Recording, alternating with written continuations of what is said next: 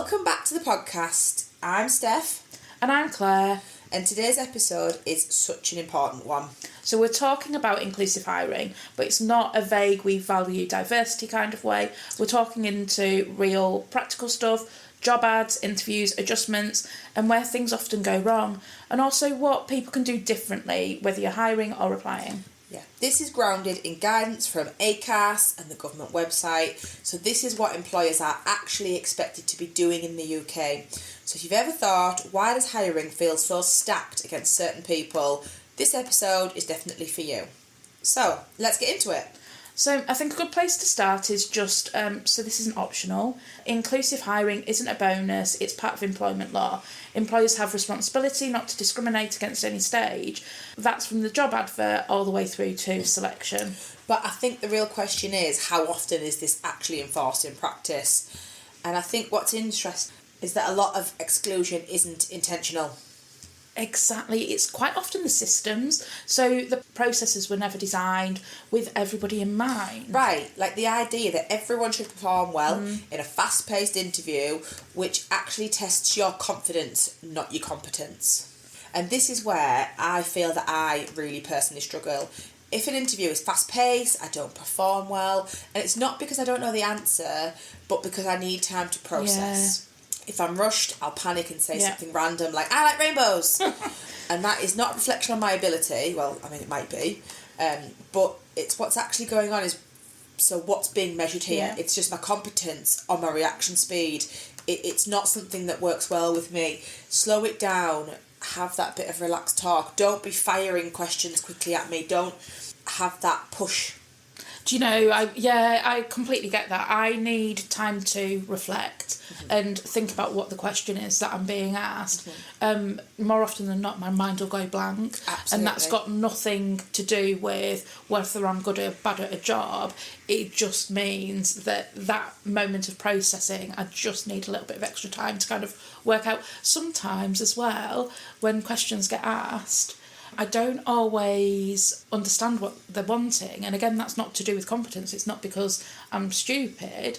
It's because I just haven't internalised it in the same way. Yeah. And words, sometimes they mean different things, don't they? Mm-hmm. Yeah, they do, because you can prepare with all the best will in the world, but it's how you interpret something on the day, isn't it? Yeah, like we've discussed before about the word symbols for you and what you interpret when you hear symbols. Exactly. But let's start at the beginning and talk about job adverts, because that is kind of the key beginning point. And this is where it all starts, and it's where a lot of people get filtered out before they've even applied, and usually it's because there's a long list of requirements. Yeah, or wording that feels exclusive, even if it's not meant to be, like rock star, that makes me cringe, that isn't going to get me. No. Fast-paced, must thrive under pressure, which can put people off if they don't identify with those things. Yeah, because, come on, as an ADHD person, I thrive under pressure for a week before it gets bored, before I'm burnt out, before the dopamine's gone. Yeah. How many people are, I thrive under pressure? Yeah.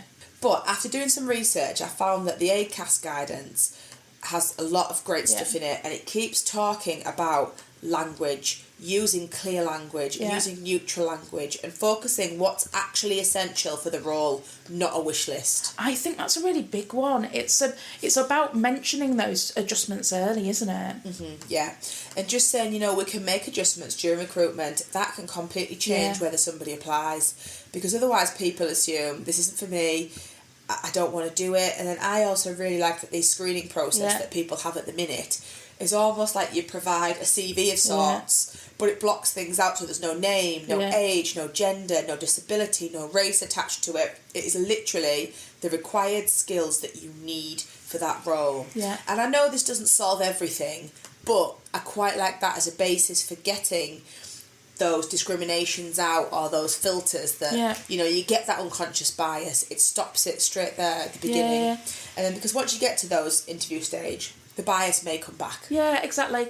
And do you know, I was really thinking about adjustments, and I think you're completely right about that. But I do wonder again if there's something different that can be asked. There's something about language here. So I think if something asked about adjustments, would I honestly kind of go, yeah, can I have this? There's something, I don't know, jarring for me around that particular word, not the doing of it. But I might think differently if someone asked me if there's something different that I might need from them, or if there's anything that I need them to do to help me feel comfortable in the interview, if that makes sense. So adjustments are still being made, but I'm not made to feel different. Yeah. Does that make sense? Yeah, I think you're actually really onto something here. And these are helpful to look at, but again, they're not that complete solution, are they? No, exactly, you're right. So there are schemes like disability confidence initiatives where it can encourage employers to actively include disabled candidates. But that's not just about including people, but it's looking at how you can remove barriers. And one thing that stood out to me is how important early adjustments are, because a lot of employers will wait until the interview stage rather than putting it in right at the beginning. Yeah, but then you've already lost people. Right, and then obviously adjustments should be part of the process from the beginning, even just asking, do you need any adjustments? That's a huge signal, and it's not that complicated, is it? You know, people, yes, we can ask, absolutely, but it's quite nice if the employer is already willing and understands that they're... Exactly. Because you know when you meet an employer, they actually care enough to ask if you need anything. That's the kind of place you want to be. And it can be really simple things, and I think what we keep on coming back to when we're kind of looking at the different things that we can do, they're not expensive things that we're asking for. It could be extra time, it could be a different format, there could be some sort of accessibility tweak there as well. Yeah, absolutely. There's so many different things that become. So, we've got people through the door. We've had the great candidates, they've been filtered down to the ones we want. Let's talk about interviews. Yeah, the ultimate performance test. Exactly, and that's the issue, isn't it? Because interviews don't always measure ability. Yeah. They measure how well you can think on the spot, read social cues, manage anxiety, and basically perform. Which, you know, that can be a disadvantage to people. Yeah. So what do you think are the alternatives then? So we were chatting about this before, weren't we? Pre-briefs are a really big one. So for me, what's really helpful, and I don't know whether this would help you as well, it's understanding what you're going into to start off with. Where am I going? What might that look like? And things like that. But then also sharing your questions in advance. That really levels out the playing field massively. It gives everyone the chance to plan, pick their best examples, and that doesn't make the answers any less valid. You've just given people time to think. Yeah, no, it actually makes them more thoughtful. Yeah. But some employers worry this is going to give candidates an advantage. But I think it is great because you can plan, you can prepare, you can find the best examples of your work. I mean, don't get me wrong, some people may tell a few little porcupines, but that's soon going to be weeded out because you're going to ask those follow-up questions, aren't you? There's always ways, but I've always preferred it. I've done better in job interviews when I've been sent the questions out beforehand. Yeah. Definitely. And then another one is the task-based assessments. I'm a little bit umming and ahhing with this one. Yeah. So it's showing me that you can do the job rather than talk about it. And this is really going to weed people out and prove you can do what you say you can do.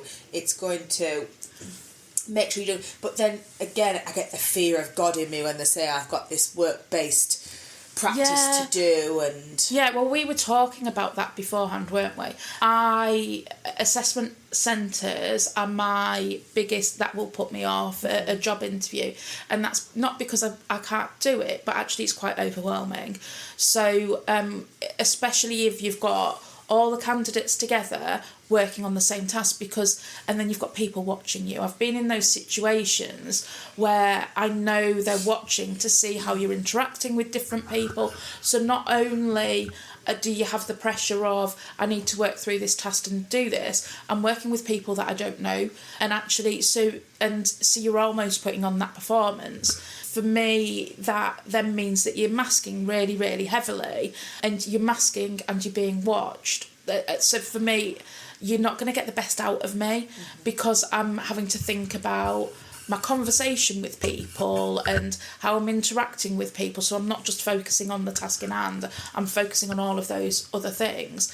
And I can work well with people, but not whilst don't sit and watch me do it. Yeah. If that makes sense. And I know that there's an interview and you have to perform in a certain way, but I don't know, assessment centres aren't for me. Yeah, I'm kind of, like I say, I'm on the fence because when I did teaching interviews when I was in schools, it becomes the norm. I know how to teach, but then you don't know what kind of kids you're going to get. You don't know them, you haven't got the rapport. Something I'm actually thinking of, what employers could ask for is, send me a recording of you, doing something. That's a really good idea. Because then you're in your environment. Yeah. You know, if it's a little bit rubbish, you could maybe start again, or you can do different people. And it's the fact that you haven't got 4 people watching you writing on a notepad while you're doing something. Yeah. That's so Because this is generally what the assessment centre is. Yeah, but it could be that actually, can you send us a recording? Because witness statements, people can write anything, can't exactly. But if they're seeing what you're doing, they're seeing your best practice and things like that, aren't they? Yeah, exactly.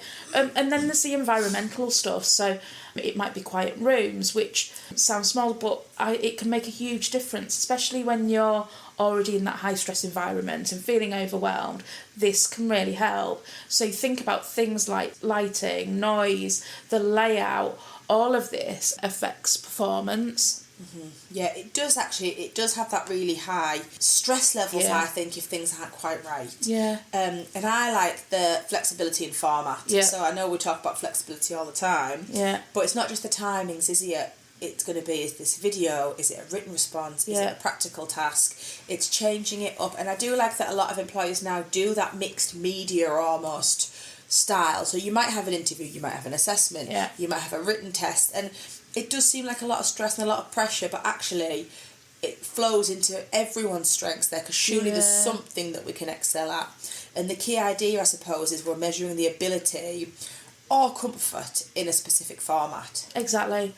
I actually think the biggest mindset shift isn't that these adjustments or changes, they aren't like special treatment. They're what makes fairness possible. Yeah, they really are. And most adjustments aren't expensive. Yeah. They're just a little bit of a process change that we said before, it'll benefit everyone. And for me, it's the culture. Yeah. It's the feel, it's that culture. So if this is being embedded for everyone, that's going to be that strong, positive culture. People need to feel safe, asking for support, because if they don't, the system isn't working.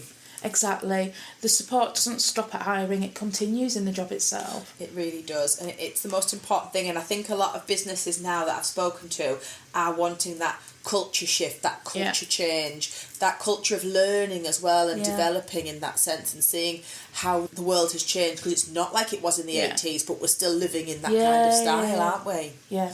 And then one thing that really stood out to me is the failing to make adjustments is one of the most common forms of discrimination. So a lot of employers are saying they're inclusive, but if your process filters out neurodivergent people or disabled candidates before the interview, are you actually inclusive? Yeah, exactly, which shows how important this actually is. Yeah, because so many people fight for they've got a disability, we'll get them in. Yeah. But actually, what about your neurospicy people? Yeah. Because it is overlooked quite often. I know more employers are doing more of it now, but it is something where it's just kind of c'est la vie. Yeah, yeah. So let's flip it over then. We've talked about what employers can do to help support candidates. What can you do as a candidate to support yourself? Because you're the one who's in the high stress, you're the one who's nervous, but actually there's a lot riding on this. Yeah, exactly. So first thing you could do is just straight out ask for adjustments or changes. But that can feel really uncomfortable. Yeah, you can feel quite embarrassed with it, can't you? I know I do, and now I'm getting to the stage where actually, why do I feel embarrassed? Because we should be able to ask for it, and we should be able to get it. I think it's that fear of being judged before you even met these people. Yeah, exactly. But it can be things which are really simple, so it might be just asking for that extra time, that thinking time, or asking for things in a different format. Mm-hmm. Yeah, and I think that extra time is the big one, because your brain does need to process it. It does need to go. I also think, taking a pen and paper as well so you can jot things down. I need to do that. It's almost like when someone's asking me something or talking to me, my brain doesn't process it without it being written down somewhere. Yeah. I don't know, there's something to do with the action and the processing in my brain. And I am completely listening to what you're saying. It's just I need something to help it kind of go in. Yeah, Absolutely, because it does, doesn't it? I'm a doodler constantly. Yeah. And the amount of times I've been pulled up and I'm like, I'm listening to you. Yeah. I need to fidget. And teachers sit about my children now. Yeah. You know, a lot of us do. It's how you process. Yeah. You need to be doing something, don't Yeah. you? So yeah, ask for the extra time, ask for the different format, ask for the support. Yeah. Another one that we like to say is create your own pre-brief. Yeah. Ask questions about the process. Clarify the expectations. You're interviewing them as well. Yeah, do you know what? That is such a really key point, which I don't think I'd really thought about until a couple of years ago. Mm-hmm. When you're going for that interview, you're really kind of assessing, is this the right place for me? Is it somewhere that I really want to work? Yeah. I think the other thing is also looking for signals from those employers. Yeah. Do they mention about adjustments? Do they mention that they can make changes to the process? Are they part of disability confidence? Yeah. And is that disclosure about your choice? Yeah, but if you do disclose, employers should support you. And remember, like I say, you are assessing them. It's good to kind of flip it back to them because obviously, we think, we really want this job, it's important to us. But put it on the other foot. The more you challenge them, the more they're like, oh, I want this person. Or they're then scrambling, aren't they? Because they're not prepared for you to be questioning them. Yeah, I think that is such an important point. If they're not flexible and supportive at the point that you're doing that interview, does that not tell you something about them as an employer? Yeah, it really does. And you know what? I say this all the time. You do get that neurodiversity gut feeling. Trust it. Your gut knows, doesn't it? Yeah, and if you're really not happy with that job interview, just say, no, it's not for me. There will be something else that fits. Exactly. But yeah, inclusivity and inclusive in hiring isn't about ticking boxes. It's about removing the barriers so that people can be included. It's about the barriers that people often can't see because talent isn't the issue. Access is. We've discussed on many things before. Apply for jobs that go for your strengths, definitely. But sometimes we go for jobs because we like them. So whether you're hiring or applying, the question is, what would make this process actually fair? And what needs to change to get there? So thanks for listening today. And we'll see you next time on SENDit.Brainsatwork. We will. Thank you.